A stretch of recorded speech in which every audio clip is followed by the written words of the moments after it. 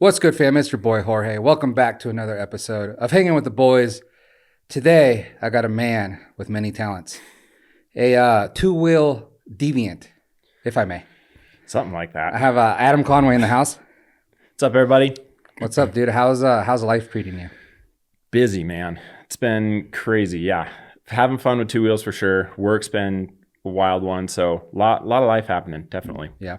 Hey, pull that mic up just a tad. A little closer. Yeah. Pulling Adam Jones and freaking get all loud in the microphone. Yeah, so that's cool. So you're working, still riding a little bit? Yep, trying to squeeze it in pretty much as much as I can. But yeah, did arena cross bit this year. The past like 5 or 6 years, that's kind of been my main thing during that season. This year had some kind of upsets, and I had a lot of work stuff going on, so I really didn't focus as heavily on that. But yeah, still definitely involved with that, mountain biking and all that fun stuff too. Yeah, I see that you're like super heavy in mountain biking right now. Yeah. We've been hitting that hard. We've been going down to, there's a series down in SoCal in like Fontana.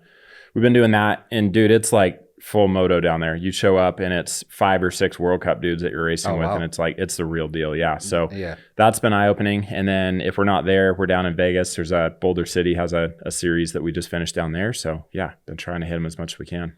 Yeah. So I know that you've had knee problems. Knee, back, shoulder, you name it. Yeah, back's been the heavy one, but oh really? Yeah. Okay, I didn't know about that. Yeah, I've had 4 back surgeries. Oh, wow. It's ongoing. I currently have a failed fusion.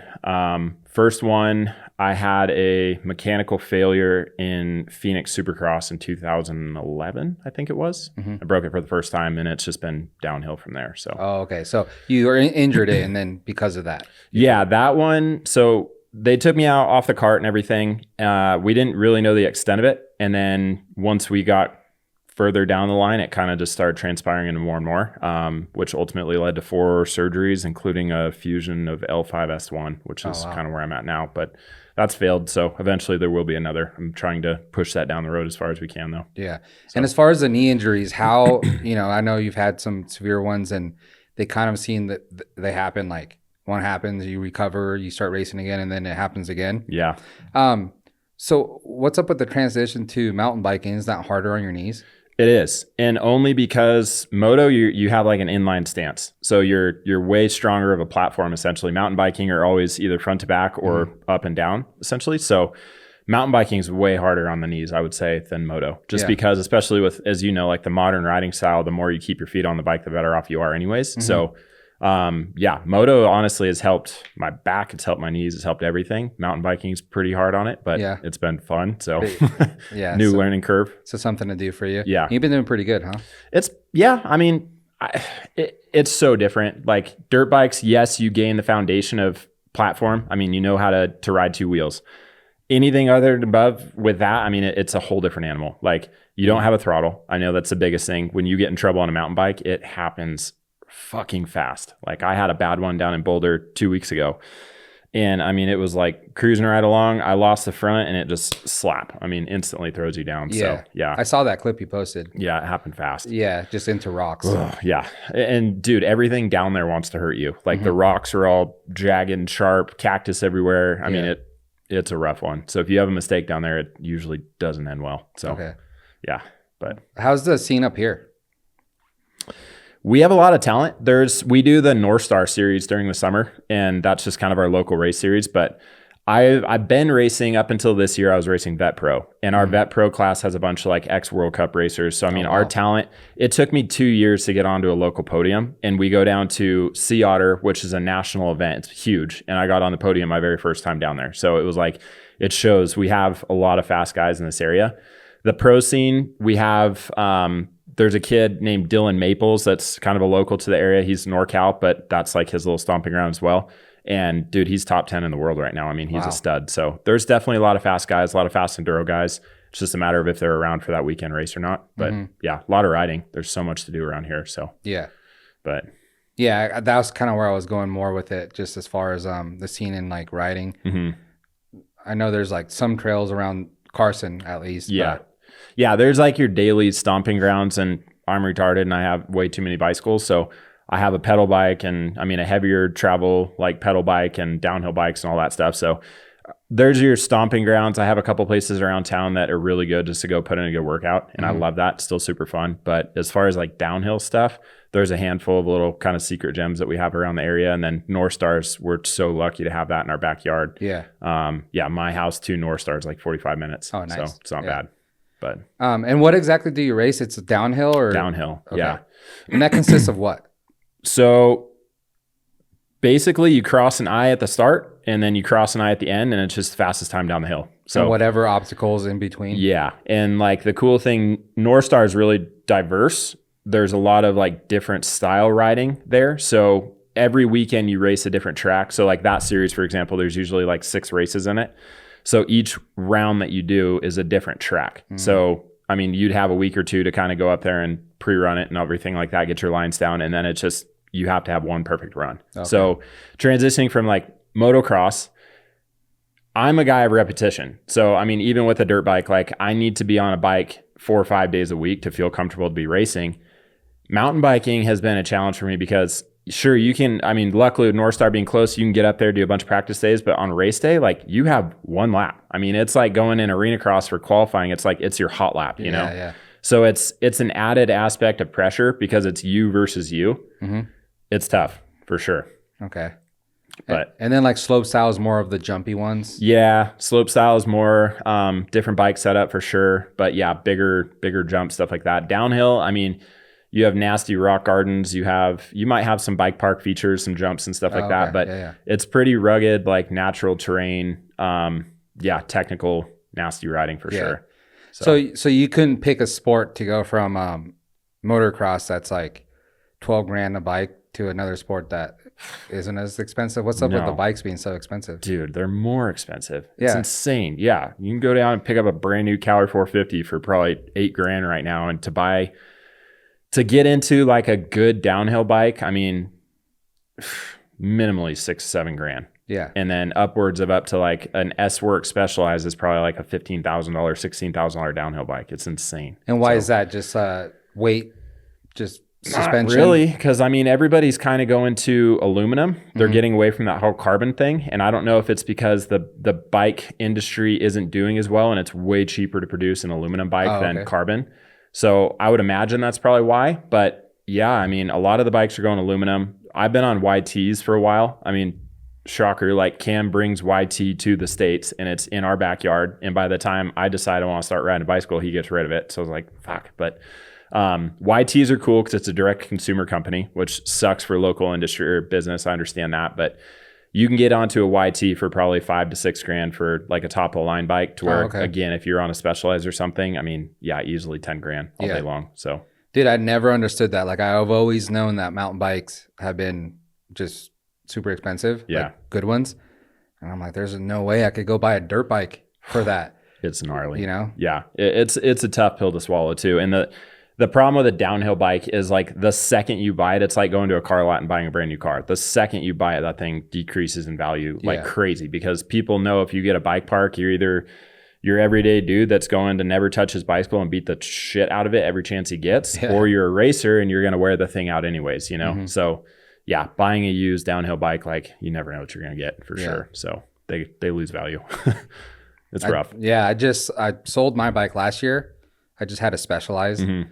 And I was like, dude, I never ride this thing. And at the time, I actually did have my house for sale up in Carson. So I wasn't really thinking about that. I was just like, it was for sale and we didn't have plans yet of what we were doing. And then something happened in the area and we're like, dude, we need to get out of here. Yeah. So then we started looking and we ended up at this place. Yeah, this is sick. Now that I'm here, bike time again. I'm like, dude, I need a bike. Yes.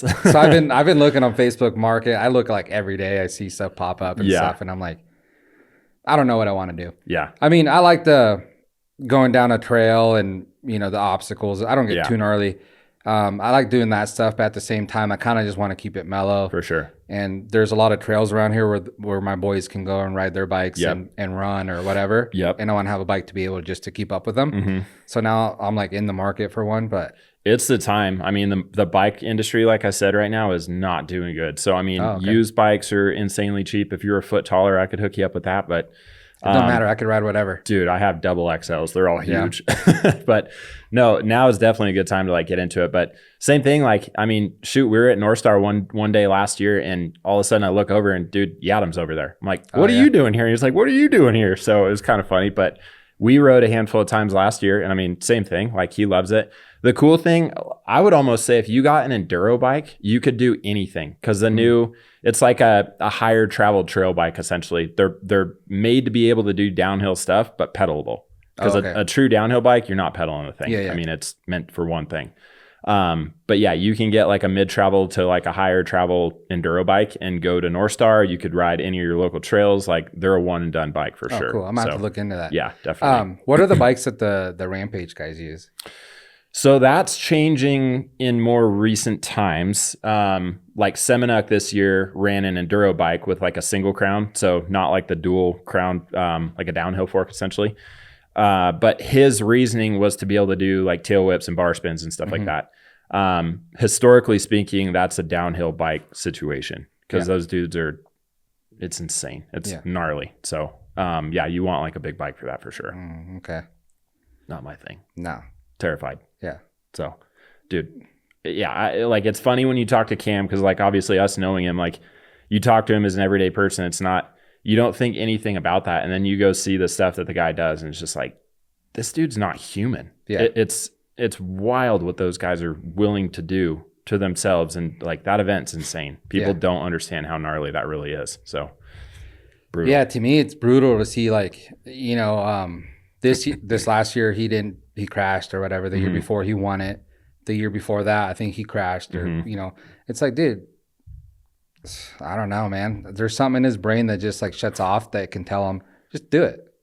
You know, Cam helped me out a bunch on the mental aspect with racing, because even when I was racing full time, mentally, I was my worst enemy. I mean, I feel like I had the talent. I feel like I was capable to be one of the dudes. Chase Sexton. Oh, dude, times 10. Yeah, I'm never going to be Chase Sexton. I'm not anywhere near. Yeah. Anyways, but head case for sure. And Cam was like a big one. And I still have the text message saved from him, because I hit him up when I was racing arena cross and I was struggling with it. Like I knew I should have been doing a hell of a lot better than where I was. And the biggest thing that he kind of broke it down, he's like, dude, like, nothing we do is easy. Nothing we do is safe. Like injuries are going to happen. You have to mentally accept that and sit there on the starting line, push all that shit aside, know that what I'm going into is not easy and it's not for the faint of heart, and just go do it. And he has it too. I mean, if I'm a level 2 with that guy's a level 300. Like it's incredible to look at a 80-foot drop and be like, yeah, I'll flip that. And he does it, you know, it's insane. But if anybody has the ability to mentally turn it off and to be able to speak on it, I feel like it's that dude, because I don't know many people in the world. I mean, it's incredible. Palmer was always another one too. Sean used to help me out a lot and still rips on me to this day for being a head case. But yeah, it's just those two dudes. It's, you look at what Sean's done in so many different disciplines, complete different things. I mean, snow skiing, snowboarding, snowmobiles, motocross, like you name it, the guy's done it, and he's done it at the highest level. World Cup downhill racing. I mean, how in the hell do you do that? When you look at athletes and stuff and you look at one sport and they're that good, and then you see these guys tackling multiple disciplines and that don't even relate to one another, you know, it's just like, holy shit. And it's mental. Yeah. I actually wanted to reach out to Palmer and get him on the podcast, because that's fascinating. And I think the reason, I mean, he's a 1 in 100 or 1 in a million for sure. Probably never happen again. But the reason why I think it'll never happen again is because kids are so dedicated to a certain sport from a very young age, and that's where you see like a 13-year-old winning X Games gold, whatever discipline it is. Because they started so young, but they don't divert that. They always just stay at that one thing. Laser focus on something. Yeah. For sure. So with him, like I just said, like, how do you go from one thing to another, to another, to another, be at the top, and just always do that for the longest time. And but kids nowadays, that you won't ever see that anymore, because it's that laser focus on the one discipline. And I think Palm had it figured out so much further ahead of his time too, because it truly comes down to, like, as humans, I think it's incredible what we're capable of and what we can do. And I think he unlocked that superhuman way before it was ever even thought of to do. And it is just a mental thing, you know? I mean, he just gets up there and he's so confident in himself and his ability. I can do that. I will do that. And he does it. You know what's crazy too is that he was having fun with it at the same time. 100%. That dude went harder than anybody. Like, yeah. I mean, you look at Emig and McGrath and people talk about that on the moto side. Paul put them to shame. We know that. Like, it's wild. So, yeah, it's pretty crazy. What motorbikes you got right now? I ran in the bike shop today. I'm in the works of getting a freshie, but I'm currently riding a KX 450 23. You're gonna get the same KX? They just came out with a no sale thing right now. That, yeah. So Cowie just released that. So yeah, I love the Cowies. I never thought I'd be on a green bike, but dude, they're so good. I was riding Yamahas for a while during Arena Cross. I had a 250F blow up, and one of the other kids that was traveling the series literally threw me a bone stock KX 250.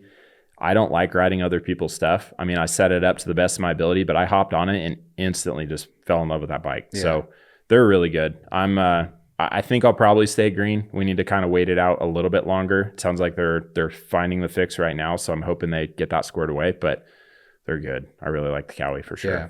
So I've been in the market for one, and then me and Miller go back and forth, and he just actually pulled the trigger. He actually got a Cowie, and then that stuff happened. So I think he like called him up and said, "Never mind." Now, right? You know. So he went up to Michael's up in Reno, and he sent me a photo this week, and he's like, "Dude, just got a Yamaha." Dang. And he's like, Miller's the Yamaha for sure. Yeah. Like he's all, dude, it's so good. He's all telling me how great it is. Yeah. If I was smaller, there's no other bike I'd probably be on. Because I rode Yamis for 3 or 4 years, and it was they're rocket ships and they handle. Like, what more could you ask for? They're amazing. But the cockpit on a Yamaha, just for me being 6'3", I just always felt so bound up. I mean, I put bar risers in, I did the lowering pegs, I did all kinds of stuff to open it up, and I kind of felt like a jockey on it. The pegs feel really high. The cockpit feels really short. So, I mean, I never opened up. And a Cowie, I feel like it's more of like a bigger dude's bike. There's a lot more room on them. But yeah, the Yamis are, they're lethal. Yeah. They're so good. I have a 18 Honda, and I just feel like it's slow. They are. I had one too. Okay. So I was telling Miller, I'm like, maybe I'll just go up to a 450 and just cruise on it. Like, not, you know, I'm not going to be more putting relaxed. in fourth and pinning it. You know what I mean? So I'm like, so it might make riding easier for me, kind of be a little bit lazy in a sense, you know, more fun with it. Yeah. And then he's all, dude, if you're going to get a Yamaha 450, I'd suggest a 250. This thing's fast. They're gnarly. And I'm like, oh, yeah. All right. Well, I'm going to have to check it out. But I know. Seriously, I wish they were bigger because they're insanely good. I love them. My dad straight up disowned me when I got a green bike. He's like, what in the hell are you doing? But they're good. I like them. They're not as fast, but bike works good. The thing is, like, you know, I think I saw you at Mammoth like 2 years ago. Yeah. And I was there last year, and dude, every dude has a Cowie. Oh yeah. I mean, on a privateer level, the amount of support and everything, you can get them dirt cheap, like you really can. And they're a good bike. They don't hold their value. They don't resell worth a damn. But I mean, as far as like the everyday rider type situation, you can just get on them and they're just comfortable. It's easy to ride. So Mammoth, this past year I was out with a knee surgery, as you mentioned, but the year before I raced vet weekend, and then I ended up banging my head the first pro moto second weekend, so I didn't race that. But my bike that year was hands down the most comfortable I've ever been at Mammoth. I mean, I broke down and bought a kit. I've never had that before either. And I just had that bike worked out. I had different motor mounts on it, different linkage, the A-kit suspension, and dude, it was mind-blowing how much faster I could go on that bike comfortably. And I mean, the harder you pushed it, the better it worked. Yeah. So, but I miss Mammoth. Can't wait for this year. You're going this year? Oh yeah. I want to win a fucker bad. I've never gotten a big bear at Mammoth. So 30 pro this year. Cole Martinez has been just an animal, but I think if I keep going down the fitness road, I want to give him some this year. I want it. Okay, cool. Because me and Miller will be there. That's the thing. So, you know, last year we raced and we were there, and Miller did pretty decent. He got top 10. Hell yeah. Both days. And then how old's Miller? I think he did the 40 plus. 40? Okay. Because I mean, you guys are all Tierney, like everybody's around the same age, right? Yeah. Okay. Yeah. They're a little bit older than me, but gotcha. So he did the 40 plus pro, got top 10 both days. So I think he ended up, so 2 bears there. Yep. And then he ended up overall, I think, dude, probably like 7th. Sick. Somewhere around there. Yeah. With like he kind of just went for me. Miller's bad, dude. Yeah. We know this. Yeah. So he kind of just went for me. Like we did one race in Fernley. And then we trained a little bit, but like on our own and stuff. And he's like, yeah, I'm going. And then I'm like, dude, I'm signed up and I'm ready to go. He's like, all right, I'll sign up. And I'm like, so sick. Thinking he's not. He did it. He shows up and goes and he gets 3 bears, and that's the first bears he's gotten. That's insane. So we were there, and then right when I was leaving and he was staying for the award thing, our buddy told us about biting. Yep. So we're like, dude, gnarly. So we went from like that super high of having such a great weekend and him doing good to like that low, and he was like, dude, think you're riding next year? And I really had to think about it. Yeah. And then I'm like, I don't know, man. And then we kind of thought about it. And I'm like, I think I'm riding next year, dude. Yeah. Like I can't. And then he's like, yeah. And him talking to his wife too. And he's like, yeah, I think I'm riding too. So then we went from like that to like, all right, dude, we got to really train and stuff like that. So we're racing this weekend in Fernley. Hell yeah. He got a new bike. So he's really committed. That's amazing. Yeah. Let's freaking get after it. I want to go. I'm vet weekend in this year. Let's do it. Yeah. So we'll be there. That'd be cool. Sick.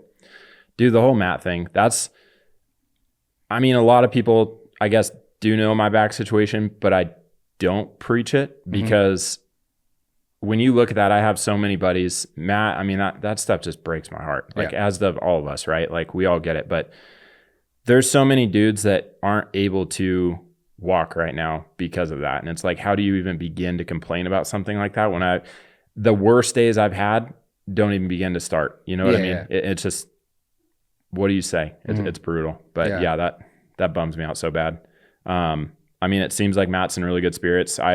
I waited a while till I reached out to him because I hadn't talked to him in so long anyways. And it's just, I didn't know what to say, but it's just like, I want to make sure he knew everybody here. Obviously all of us would do anything in the world for him, but it's just like, dude, it's heavy. Yeah, it's a heavy one. Yeah. So I waited a while too to say something to him, and but he seems like he's good. And I think the most important thing is him having his son. So he knows he has to be there for his son regardless of what, and for sure. I know he knows that for sure. So I think that's what keeps him going good. Same thing on that mental toughness thing. Like, look at how bad biting is. That guy's been there, done some of the gnarliest stuff in the world on a freaking dirt bike. So it's like, if anybody can tackle that situation, we know he's capable of it for sure. So, but yeah, it's brutal. I've been thinking about that stuff a lot lately, just as far as, this is kind of jumping into a complete different direction, but like, I feel like I was so damn lucky growing up where I did with who I did. Like, my group that I got to tag after was all you guys. Yeah. How many, I can't even think about it. Right now we have one badass kid, which obviously is the tail end of your guys' group, but Lux, he's killing it. It's amazing. It's so cool to see that. But I sit and think back at my childhood and who I got to ride with on a daily basis. And it's like, of course you're going to get faster and be tagged along because we had 10 dudes in this area. Lash and Tierney's and Miller and frickin' Mace. And there's so many of them biting everybody in there. And then Jones hopped in the mix. I know he was kind of later into it, but it's like, where else could you ever think of other than SoCal that you have that big of a group of like a talent pool to be a part of, It's sick. So yeah, it's rad. I feel like I was spoiled being the little booger eater chasing you guys around all the time, but it's fun. Yeah, dude, it's crazy. I was just talking to one of my co-hosts that comes on regularly. I think we were talking about it, and we're talking about the homes over at Silver State. Yeah. And I was explaining to him how like that used to be a racetrack and all that. And, people lived there and everything. And then people started complaining about the noise. And it's like, well, dude, you move into an area, but it like brought up memories. I'm like, dude, I remember racing you like in the novice class, 125 novice class. And you were like a little kid. Yeah. Smoked me. Ugh. Young and dumb, dude. Yeah. I don't know. But yeah, I know it's crazy. I remember, dude, Jesse Masterpool beat me on a 65 at Silver State in the super mini class. Yeah. My dad never let me live that one down. But yeah, I miss that place. The best memories. Friday nights, Wednesday night practices that were windy as shit and everybody cross jumping each other and so fun. But yeah, I feel bad for the up and coming group in the generation in this area right now. They just don't have what we had. Yeah, and I'm sure it's that way in a lot of areas. But yeah, it's sad to see for sure. Yeah, but it's also cool to see because I don't think people realize that. I don't know if it's obvious, but Northern Nevada has a lot of talent that has come out of here in the extreme sports, outdoor sports type deal. Like you sure. don't really see like a football player coming out of here or anything like that. But No. dude, you see like Paul Bass, you see Cam, you see Mace and everyone coming out of here, Miller, like the freestyle mecca. I Yeah. mean, yeah, how many of them were right here for how long of a period? It's insane. But yeah, snowboarding, snow skiing, mountain biking, dirt bikes, any extreme sport like that. There's a lot that comes out of this area for sure. Yeah. It's cool. Just because I feel like we do have the diversity that you don't have in very many places. But yeah, it's pretty wild. Yeah. It's cool. It's cool to see. It's cool to see Lux where he's at because I think he's kind of the first one to be where he's at. Yeah, he will do it too. Yeah. That guy will be on a team here real quick. I guarantee it. But I was talking to Jones. I'm surprised Mitch hasn't picked him up. And I was talking about, you know, just as far as like, I'm sure Mitch understands this, but like just giving someone an opportunity to give him that boost or just that confidence. Because imagine like being him and he's riding good. He gets top fives in his qualifying or whole shots. All that. And then in the mains, he gets, you know, from 10th to like 15th. So he ranges around there, but he's always has his bike in the mix. He's doing good. Seems like a solid kid. And then imagine getting the call by Mitch, getting on that bike. And think that's not a game changer? Yeah. Yeah. It just gives him that confidence. Like, dude, he's calling me up. That means I can do like top 5 in the main. Yep. He sees it. You know, something like that. So I think that'd be cool. I know it's a gamble for Mitch, but like at the same time, you don't have anyone riding your bikes right now. No, and it's honestly it's a win-win anyways because if he doesn't perform, they get rid of him. We know Mitch is going to do that anyways. Yeah. If he does perform, he looks like a superhero because he pulled that kid out and put him in that position. Yeah, and he's like Ty. Right. Yep. Yeah. For sure. Dude, Lux, I can't believe him and Lala, and I want to talk about Lala too because good Lord, that girl, she is a superstar too. But Lux. The very first day that kid ever got on a supercross track, I mean, by the end of the day, we were down at Hemet. It was insane. I mean, he was already quadding stuff. He was already hitting big lines through stuff. And yeah, it's mind-blowing, like how fast he jumped into that and how quick he took it on. And Lux is the same way. I think he's just very mentally strong. I mean, he has confidence in himself and he runs with it. It's amazing. It's awesome to see for sure. Yeah. But yeah, Lala. Dude, she's probably one of, if not the baddest chick in the country right now for females. I don't know if you've seen her stuff at all, but I saw her race last year, Loretta's, and I did see that she won one of her classes. But then I think in the big bike class, she got beat by that Stallings chick. Yeah, Katie. So, and I never heard of her, so I was like, "Who's this chick?" But it kind of looked like I didn't really seem too impressed by Stallings as far as like how Lala rides. So I was kind of surprised that she beat her. But it happened. So. Yeah, I've never seen her ride in person. Yeah, and I've been so biased against Loretta's. I think they need to change that event. I don't think they ever will because it's so prestigious and what it is. But dude, put him at Glen Helen. Put him at like a real outdoor discipline track. Like, have you been to Loretta's? No. It's a backyard track, man. It's the fact they ran an actual outdoor national there is mind blowing to me. But everything's really tight. It's just you don't really ever free up at that track. And then you look at so many of the tracks, like look at how fast Paula is or any of the big outdoor nationals. It's just I don't feel it's a fair judgment for what they're breeding them into. But it is a prestigious event, and that kind of just is what it is. But yeah, Lala, and then there are maybe one or two other girls out there, but she's gnarly, and she just got picked up by Yamaha, an amateur sport team, which is super cool. I saw that. Yeah. But dude, when she rides, that girl could probably go make an outdoor national right now. Like I would confidently say that. I mean, she rides like a dude in the best way possible. It's impressive. She went to Loretta's multiple times in the boys classes. Like Super Mini is usually one of the hardest classes at Loretta's, and she was top 10ing those in Super Mini with the boys. Like she's no joke. Yeah. I was talking to her mom last year at that same time, and they were going to come on the podcast, but then they got super busy. But that was a question I had for both of them because they were both going to come on. And just like, what's the end goal or the future goal as far as like, do you want to race against guys? Do you want to like kind of be like that Vicky Golden and make a supercross event or what is it? Yeah, what the push is. Yeah. Yeah, and I wonder.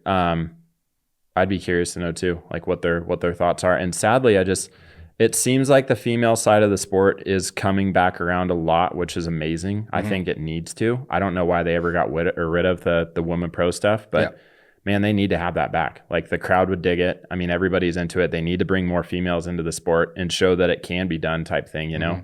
and especially not when just one rips like that. Oh, just gnarly, dude. Yeah, because I've never seen her in person, but I Yeah. see her videos, and I'm like, dude, she looks like a dude. Mhm. Like how she rides. She rides a bike 100% like a guy, and she's aggressive as hell. I Yeah. mean, she'll stick a wheel in there on anybody. It's awesome. So Mhm.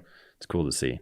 But Yeah, that's awesome. yeah, no, I couldn't be happier to see like the success out of both of them. They're local. It's our family essentially too, you know, and it's cool to see. I gave Dustin a hard time about that. I'm like, dude, I was like 5 years old on your shoulders playing freaking chicken in the pool at Mammoth. And now your kid's out here kicking everybody's ass. Like, it's just cool. So, Yeah. but yeah, I love it. Do you ever ride Loretta's? I did 07 and 08. I went the first year in a schoolboy class, and then the second year I rode 250B mod and 450B mod. So Would that be something now that you'd want to do? I've considered, but I hate that place. Mm. I hate it. And it's so much money and effort and energy to get there. I think there's so many other one-off events that I would probably rather put my time to. Yeah. But yeah, this year I really do want to go do arena cross again. Like I said, I've hit the whole entire season for the past, I think this was my 6th or 7th year in a row. And I've really enjoyed that. Made a lot of good family friends out there. And I also came to realize it's so much more about like who you're doing stuff with. My buddy this year, my kind of traveling partner, we hang out every weekend. He got hurt really early into it. And it's like when you lose that part of it, it takes a big piece of it away. So, but yeah, I enjoy it. It's fun. It's still a big deal and get to go do it, which is cool. So. Yeah. See, that's why I'm like super gung ho on Mammoth. And I feel like I talk about it a lot on this podcast. Good. But like, it's like a really, like to me, it's like a really cool track. It's, you know, a lot of people are like, damn, that place is tough. Yeah, you know, for sure. Beautiful. Mm-hmm. And just like the vibe, just going there. It's a tourist like snow place, but like it's the summertime. So it's like super fun. And it's just been really fun. And it's like a challenging thing for me. So that's why I do it. And then I think someone was asking me about Loretta's. I'm like, nah, I'm cool. I don't want to do that. Yeah. I think I'd be good if I never went back to that place for sure. But happy I did it. You have to, obviously, when you're trying to do that stuff, that's a necessity. You have to do that. But yeah, it's a rough one. But Mammoth is sick. Remember back in the day, us ripping 50s through the condo complexes? Could you imagine today if something like that were to ever happen again? I mean, now it's Sur-Ons, right? Like all the kids ripping those things around. They probably could get away with it, but yeah, it made me laugh thinking about that kind of stuff. Mace and everybody doing wheelies through like the parking lot and into the freaking pool, and so different times. Yeah. I just did a podcast earlier, and we were talking about like the nostalgia of like early or late 90s, early 2000s and MTV and all that stuff. It's just like back then we could be kids. Yeah. And we didn't have worries. Yeah, get away with it. Plus, we also didn't worry about other things. And then now kids like rush to like grow up, and they're worried about like what their Instagram followers say or whatever, comments and stuff like that. So it's like, dude, it must be so tough to be a kid nowadays. Yeah. I remember my biggest heartache when I was younger is like what the forum of MX775 would say, you know? And it's like, who cares? But yeah, it's funny to think of that, because now, I mean, you don't talk to somebody and they don't have social media. Everybody has social media. So how do you get away from it? And I've never really thought of that. But yeah, as a young kid and you're bred into that from day one, that's kind of interesting to think about. Yeah, but just remember when you were a little kid, dude, you had no worries, and you were able to have fun. Like you were saying, doing all that stuff at the condos and everything, and there weren't like the people filming you getting in trouble. You just had fun. Yeah. And then now you're just worried about everything. Right. Yeah, and I mean, I feel like we had fun, but we were pretty harmless. Like we did cool stuff and it was good times. But yeah, you couldn't, gosh, if somebody even started a bike at the condos anymore at Mammoth, you'd be freaking 86th out of there, probably all over social media on top of it. So crazy. How many Supercross did you do in your career? Not a lot. I did West Coast in 2012, I guess 11, 12. And then I did a handful of them just in 450, just here and there. We jumped into that world way premature. Okay. For sure. So that was your experience, kind of just too early? Yeah. Yeah. I think looking back on that situation, had I stayed amateur another year, which, man, talk about the perfect storm. Like my years of jumping at pro were 08, 09. So economy collapse. My parents still trying to fund and help me go race and chase my dreams. Everything was a disaster. Family business, obviously. So I know my dad was just going through the ringer on all that, as everybody was. So yeah, at that point, like we kind of just rushed into it a little bit. And instead of having to have 6 bikes, which I had support from Honda at the time, but we could narrow it down to 2. You had a practice and race bike. I mean, it just financially made more sense and everything to do that. But we went from a homemade supercross track, which, as you know, if it's not spec'd out and you're practicing on the right stuff, it throws you off. And yeah, I wasn't ready. I couldn't hit a whoop section up until probably 4 or 5 years ago. I didn't even know how to hit whoops. And I'm not racing full time now. Like where I am now as an indoor racer versus when I was racing supercross, I mean, C rider to a pro, it's just, and I'm still a slow pro, but still like it's a different world. And I wish we would have done it a bit different, and I had more time to ease into that because it was sink or swim, and I sunk for sure. I didn't perform. But yeah, I mean, I made some night shows, stuff like that. I never made a main. I struggled really bad because I was such a big kid that being on a 250 was tough, but I didn't have the cojones to go quad and triple stuff on a 450. So it was just a weird balance of where to be with it. But yeah, I had my pro license from, I think 2010 was the first year I got it, and I was active till 14, and then 15 I had another back surgery, and that's kind of where I hopped out of that and went elsewhere for a while before I came back. And then arena cross, you race 450s? Now I do. Is everyone on 450s? Pretty much, yeah. But you have the choice, right? There's not like a 450 class? No. So the first 3 or 4 years I was doing it, it was 250, 450. Right. So everybody rode 250s, you rode both classes. Now, once they opened it into like an open pro format, the first year, I want to say maybe 2 or 3 of us were on 450s. I opted for that right off the bat. Yeah. This year into it, every single one of the top dudes is a 450, just primarily because of starts. I mean, if you're getting buried on the start in arena cross, as you know, like you're hosed. So, and especially at that level, this year was heavy. A lot of really fast dudes. So everybody was on a 450. Even Peters was on I thought he was on a 250 for some reason. Yep. KP was on a 450. He rode a couple rounds last year on a 450, but didn't really mesh well with it because he got it midweek kind of thing. And 250 then or 450? 450. Okay. And then hopped in and tried racing it. And I mean, it's hard to do that. So, and he's a little guy. KP's like $135. I mean, he's a small dude. So, but yeah, everybody's on him. But. That's cool. How about, so it's funny you brought the whoops in and stuff. I was going to say, what was the hardest part, like just racing indoors? The hardest obstacle? When I was on a 250, a damn triple. Oh, yeah? Because most of the time they were right out of a corner. Like at that period, everything was really tight. And man, I don't know why, but yeah, it was like a 250F right out of a corner for a Supercross triples, pretty much wrapped out second.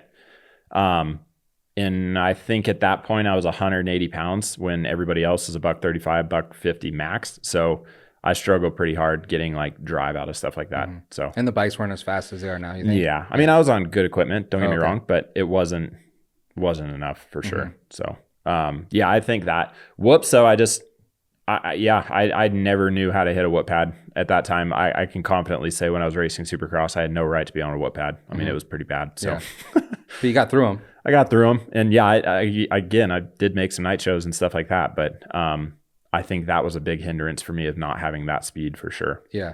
What? So you go out to the desert out here, sand pits out here, and there's a straightaway and it's all whooped out. Yeah. What's the difference between that and actual whoops? Dude, I love it when people talk about that too, because everybody under the sun, oh, I love whoops. I love whoops. Yeah. It's like, bro, when have you ever hit a whoop pad? You don't know whoops. Picture this table right here with a little bit flatter of a face than what we are, and 9 of those in a row. Yeah. That's a whoop pad. And 12 feet apart, which is just enough, 13 feet apart, which is just enough to where if you're not timing them perfect, you drop that wheel and you're done. I mean, there's not much saving them. It's kind of funny. Arena cross lately has had way gnarlier whoops than Supercross. I mean, stuff that dudes like at the top level aren't able to get through. I don't think Freese is like known as one of the baddest whoop dudes, but I mean, there were a couple rounds this year where he wasn't even hitting whoops. I mean, everybody started jumping through him. But arena cross, I mean, every bit of 4 feet tall. I mean, they're massive with some steep faces on them. And the biggest thing that people kind of bash on arena cross versus Supercross, well, the run-in is from me to you to arena cross whoops. Supercross whoops, you have speed into them, so you can get on top of them. Arena cross, you're trying to get on top the whole time.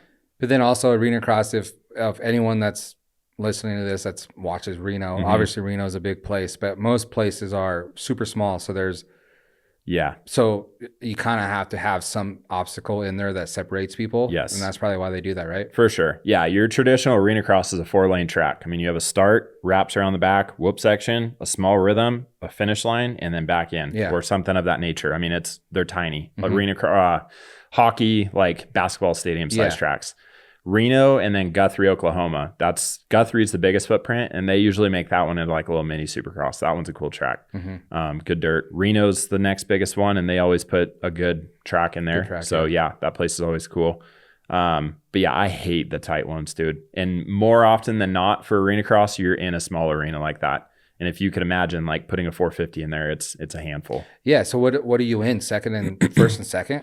No, second, third. Second, third. Third and whoops. And then second, the rest of the track. Yeah. Start second and you're in it and you shift one lap or once a lap and that's in and out of whoops, I guess. So see, that's what I was telling Miller. I just want to be in second the whole time. Dude, but I'm outdoors though, not even indoors. Man, they're fast enough. You could probably run third. If you were on a Yamaha, you could probably run third on the whole track. Yeah. Yeah. They're insane. But yeah, arena cross is sick. It's just tight. For sure. There's been a lot of stuff. I didn't watch it because I'm not really sure what it was on, but there's, social media nowadays, there's a ton of you find anything, clips and everything, but it just seems so exciting. There's a lot of like fighting, a lot of like freezes in there, and then they had the Stark ones where like Bogle and Kalana were slamming people and stuff like that. So it seemed like super exciting this year. So I hope it continues. This year was pretty dramatic for sure. There was a lot of stuff that happened this year. And who won it? Freeze did. Yeah. Oh, he did? Yeah, so he not did. Peters? No, KP. He was going on too. Kyle is who I was referring to. He's kind of my weekly buddy. He got hurt. I want to say it was the third weekend. And dude, talk about disheartening. Like, I'm biased because he is my buddy anyways, but like just seeing everybody bash him on social media saying that's because all these other people come in. It's like, guys, it's insane. Yeah. But yeah. So I didn't know that. So I did see him race in Reno. I went to the first weekend in November or whatever. Yeah. I raced one night. Yeah. I went the second night. I hit you up and you weren't there. Yeah. But so I think he was going for his third championship or fourth in a row. Sixth. His sixth? Yeah. Okay. So he's tied right now with Budman Antonez for 5-time, but KP's the only one that's done it consecutive. So technically Kyle like has the title, but yeah, this would have been 6 and that would have been like across the board, no done. So. Okay, so he gets hurt and then everyone's like, oh, competition's in town, so now. Typical moto world, like, I mean, if you're winning, you're on top, but if not, people fucking destroy you. Yeah, so kick you while you're down. For sure. But super bummed for him. People don't know how bad his neck situation is. I mean, he's got like a massive fusion in his neck. So that happened and it got real serious for him real quick. But I mean, he's doing good. I talk to him weekly and he seems like he's on the mend for it. So be curious to see next year what he wants to do. Okay. You think he's going to be on the Honda team? I don't know. There's some, they'd be crazy to let him go. Let's say that. Because I mean, the dude's done what nobody else has. Yeah. And honestly, the only other person that was thrown in the mix this year when everybody's saying that like, oh, all these other competition, dude, he's beat every single person out on that track aside from Freese. I mean, Freese was the only new person this year that was thrown in the mix. KP has single-handedly taken every single one of those dudes down otherwise. So including Hicks, like Hicks was running the East Coast show. I mean, he was the dude on the East and KP, well, they broke it up East-West, but KP was the dude for the AMA title. And I mean, I've seen him walk all over Hicks, and Hicks is a bad dude. Like all those guys, they're super fast. They're good at what they do.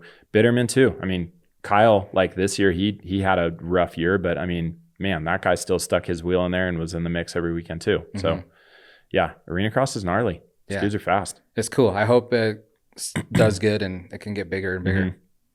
Yeah, it's kind of interesting. They thrived on the drama this year. And I understand it on a social perspective and everything else. They're trying to build that side of it up. But dude, they kind of made it a horse and pony show this year.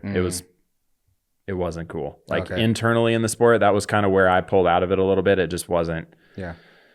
There was a lot of backdoor stuff going on. And see, I don't know none of that. And I'm just like the consumer watching clips. And I'm like, yes, that's awesome. Sick. So it worked if that's what they were trying to do. But I get it. Yeah, for sure. But I mean, that's anything. They do need to build it up. I want to see that sport continue to grow. And dude, they've done a lot with it in a couple of years for sure. I mean, it went from The first couple of years I started back with arena cross, the tracks were mellow, and that's why I started back into it, because it was way easier at that point. And now it's back to like literally a miniature supercross again. I mean, it's stacked. Yeah. Ton of competition, tracks are gnarly, everything's super peaky. It's tough for sure. Mm-hmm. Well, in your opinion, what do you think separates like someone that's, you know, like a Jet Lawrence to a top 10 guy? Whoever, you know, I don't know, that whoever's getting 10th every night. Yeah. Honestly, I think it's the mental thing that we were touching on with Cam and Palm. I think they're just so mentally confident and know their ability, and they all put in the work. It's not like any of those guys out there. If you're a top 40 dude, you're putting in the work, like obviously, but I truly think it's a mental aspect. And I don't think enough people, more so recently, but dude, the sports psychology, I think, is everything in what we do. It really is.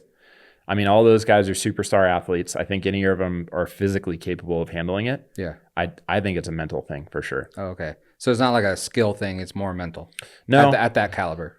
That's my 2 cents. I mean, when you look at Kenny, for example, and I know he's aging out of it and everything else, but dude, watch Kenny on a practice track and tell me there's a smoother rider in the entire world. Mm-hmm. Like there's 15, 20 of those guys out there that are that capable of riding a motorcycle that well. What else could it be at that point other than strictly showing up that weekend and saying that I'm owning this shit and doing it? You know, I 100% think it's a mental thing. Yeah. And they're unlocking something for a weekend at a time, for 3 weeks at a time, for a year at a time that other people aren't touching. Yeah. I truly think it's sports psychology. Interesting. You ever met Cooper Webb? Not much. I mean, he was younger than me in amateur nationals and stuff. And yeah, I mean, a little bit here and there, and mutual friends that are very close with him, but not anything substantially. I would love to interview him because I just feel like he's the epitome of what you're saying right now. But like you look at him and you don't consider him, you wouldn't think that he's like a top tier racer. Sure. So you look at Sexton and you put him next to him, you're like, all right, like that guy races, that guy doesn't really do much. For sure. You know, and it's like, how can you be like that and go out and just smoke these guys sometimes? Like last weekend, he smoked everyone. Yeah.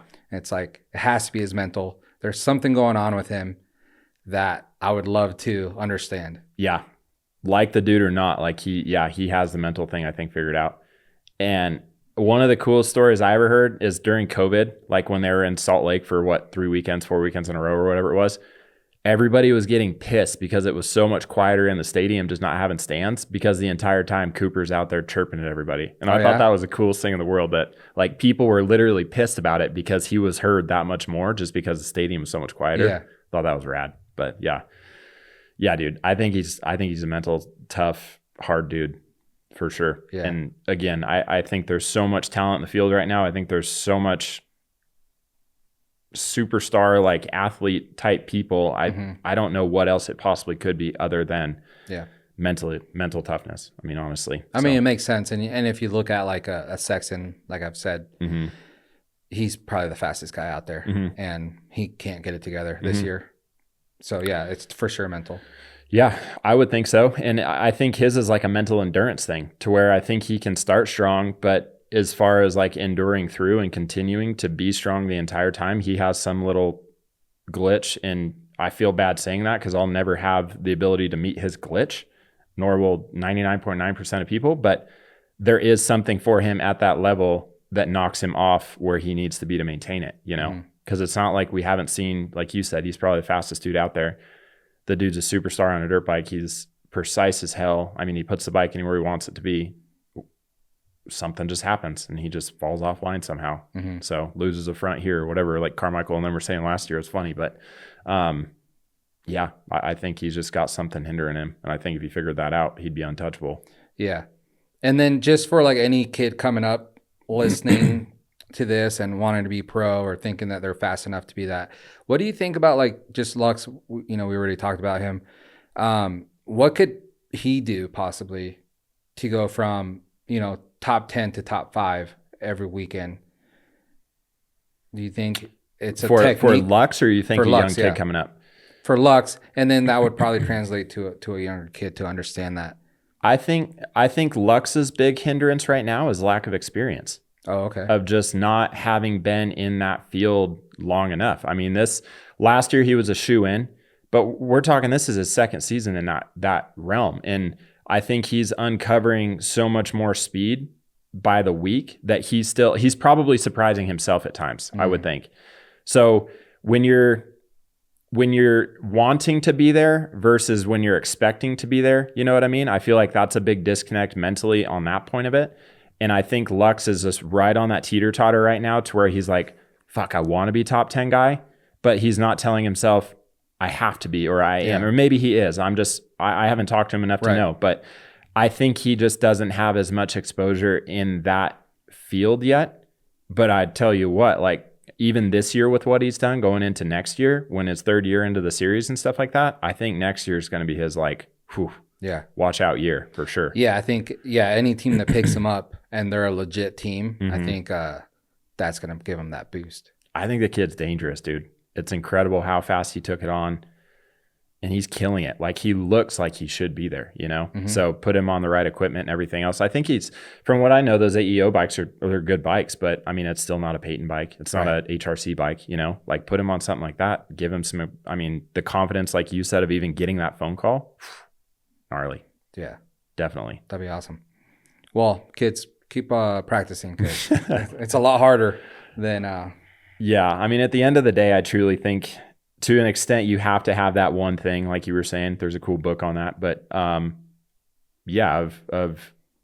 finding what it is that you actually love that much, because no matter what, you're not going to do it if it's something that you don't want to do. Yeah. I mean, I've had more passion lately riding a mountain bike, and I feel like I've grown and learned and done so much better with that just because it's something I've been having so much fun doing. And up until recently, I don't feel like I've had as much fun on a motorcycle. So it's been pushing me and pulling me more in that direction of wanting to go that route. But I think ultimately at the end of the day, if you're going after something that hard, just make sure it's for the right reasons. If it's what you enjoy doing, then you're going to go a hell of a lot further with it. So what's a mountain bike, motocross, whatever type of goal for the next 3 years for you?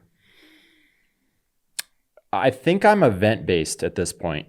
That mountain biking to start there, that series that we just wrapped up down in Boulder City, that I ended up third in pro, which qualified me for nationals. And that's a pretty big deal in the mountain bike world. So I don't even know what to expect. I've never raced that level of a professional event. So I don't really have expectations. The fact I made it to that point, I feel is pretty cool at this point. I'd ultimately love to be able to go race a World Cup. That would be cool in the mountain bike world. As much as I've learned and grown in that in the past couple of years, I think it's obtainable. And you got to qualify for that? You do, yeah. And you have to have a UCI pro license, which your AMA pro card, same thing. So yeah, I would love to get to the point to be able to show up. And when I say that, I don't mean show up and be the 95th place dude. I want to qualify. And they take top 60 and would be like your top 40 for the night show for a Supercross. So I want to be top 60 dude. I want to be able to make that happen. On a motorcycle, with my work situation right now, and I have the ability to ride an arena cross track on a regular basis, which is half the battle, I would love to continue to be that and still be a top 10 guy. I think that's a realistic, obtainable thing on my part, and I know I am. So that would be cool. Mammoth, I want a big bear. I want to win, even if it's just a moto, I want to win a 30 plus pro class. The last year I raced it, my goal was top 10 in the pro class, top 5 in vet pro, which up until I got the concussion pro weekend, I was on par for that. So that was cool. But yeah, I want a big bear. I want to win 30 pro. That'd be badass. How old are you? I'm 33. Okay. It's funny because then I'm like, dude, just wait till you're 40. But then all those guys you're racing now go right there with it. Yeah. Dude, so it never gets easier. No. I mean, Stapleton and Pat Foster and McGrath in the 40 class right now, they're going just as fast. I mean, if not faster at times. So, well, that year you were there. Yeah. McGrath raced and Nate raced and he smoked everyone. Tierney did. Yeah. And Nate looked good. Nate was ripping. Yeah. I know. Yeah. And McGrath just smoked everyone like they were not there. McGrath pulled a Lawrence that weekend too. It was funny. Like everybody's like, oh, well, everybody's hanging kind of with MC. And the second that he had any pressure, dude, he just flipped the switch and just take off again. Yeah. It's like, you fucking guy. He's so bad. Yeah. But yeah. So no, arena cross, I want to still be a top 10 guy. It works out that I can fly to those races and still work a 40-hour week. So that works out.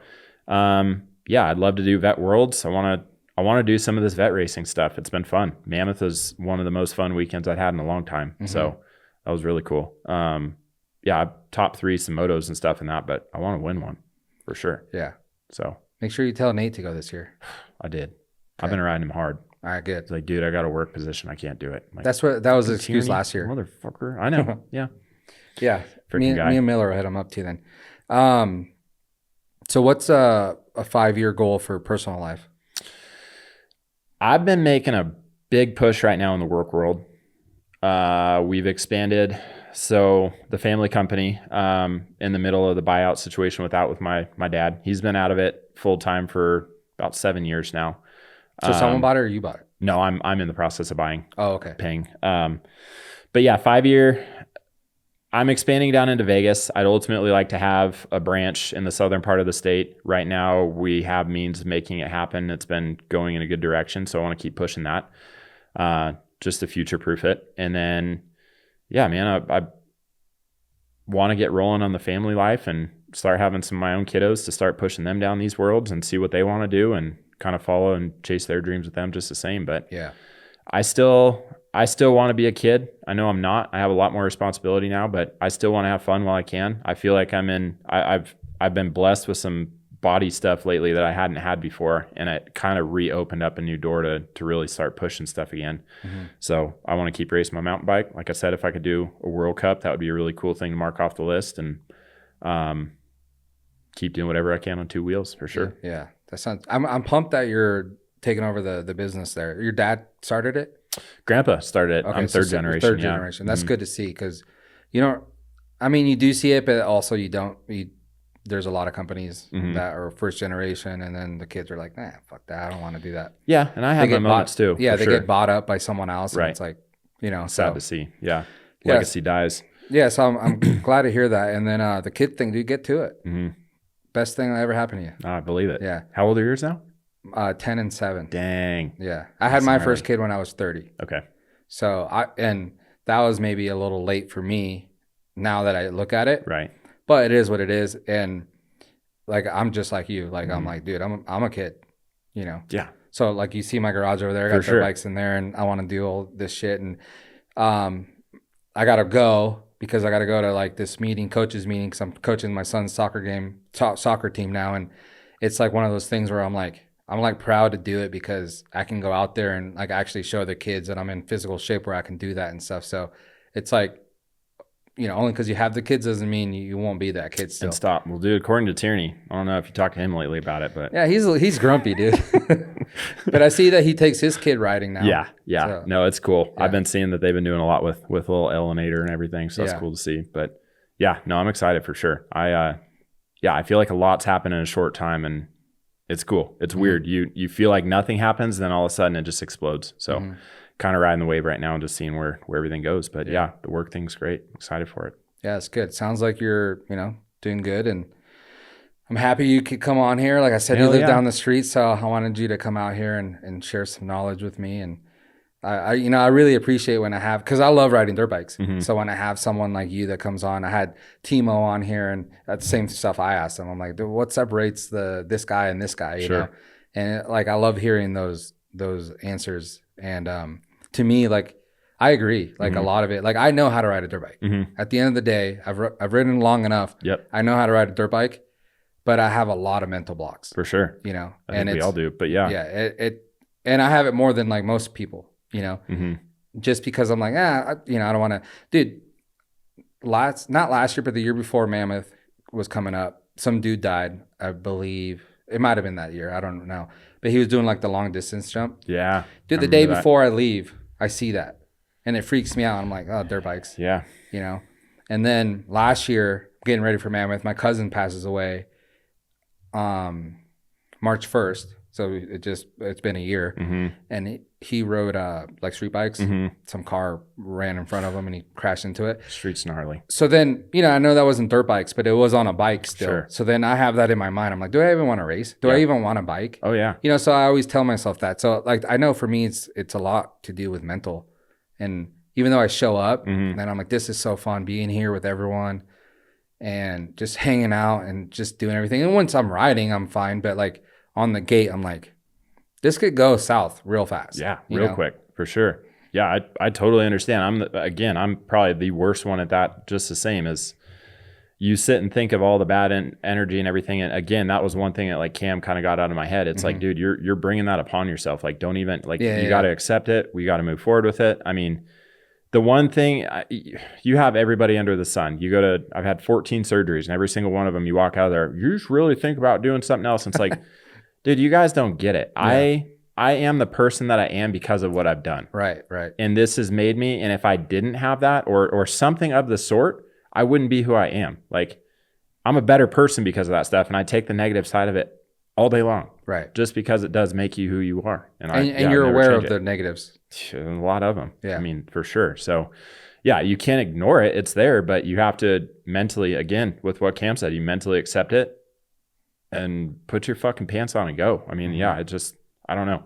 I'm still figuring it out. I'm by no means like, but it helps me, I guess, more than anything. Yeah. So, yeah, it's a lot. Yeah. And I think a big difference is you did it professionally, and you're trying to earn money. You're trying to earn a spot somewhere, whether it's a team or whatever it may be, sponsors and everything. And I'm doing it for fun. So like me getting hurt out there would suck because it's like, I'm just doing it for fun. Right.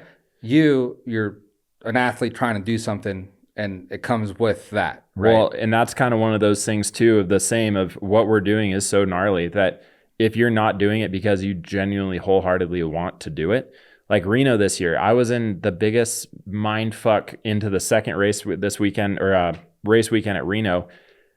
I mentally wasn't there. And I have so much other shit going on right now with work and everything else. All I could think about, I mean, like some big contract stuff.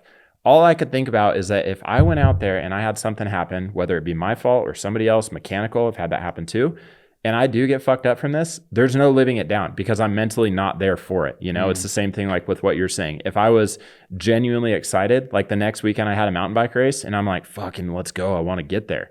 So that I could accept. If I go and get hurt doing that, acceptable. If I were to do it when I was half-assed there and not really wholeheartedly wanting to be there, like that. So I understand what you're saying on a different level of that. But yeah, it's like if you're fully committed to being there, then that's one thing. And if you're not, like, don't do it. You know, I mean, I guess maturity, whatever, but I've definitely come to realize that part of it for sure.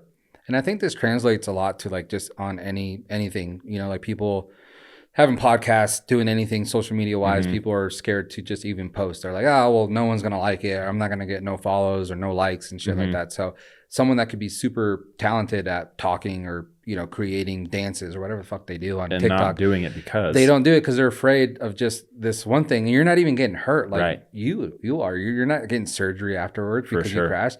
And so it goes a long way, like in all, like everything. And people are scared, and just you need to get out of your head. Well, Yad kind of touched on that too on that show when you just had him on. It's the same. It's like you get kind of put in that cookie cutter, like this is who I am and what people know me as or whatever, and then this is what I'm expected to like, you know? And you kind of get caught up in that whole thing of like, well, wait a minute, do I even want to be doing this? That kind of hit me hard when he said that, because it's true. Like you get sucked down that rabbit hole of what you think everybody else and being the people pleaser. And it's like, fuck that, dude. Yeah. Do what you want to do and have fun with it. And like, who gives a shit about the rest? Yeah, it's easier said than done. Don't get me wrong. But like, yeah, life's short. Yeah. Fucking live it. Yeah, have some fun. For sure. All right, dude. Well, thanks so much for coming on. Yeah, thank you. It's been super fun. I would love to have you on and get some other guys on here and just bullshit. Like, I'm down. Have like a reunion or something. Yeah. Talk to freaking Mace and tell him teach me how to golf again, because it's been way too long. Yeah. I don't know if he even knows how to golf, even though he golfs all the time. Yeah, 24/7. He'll be the one that tells you that too, though. But yeah, thank you so much for coming on, dude. Thank you. Been cool. Yeah, super fun. All right. Thanks, All right, everyone. See you guys next week.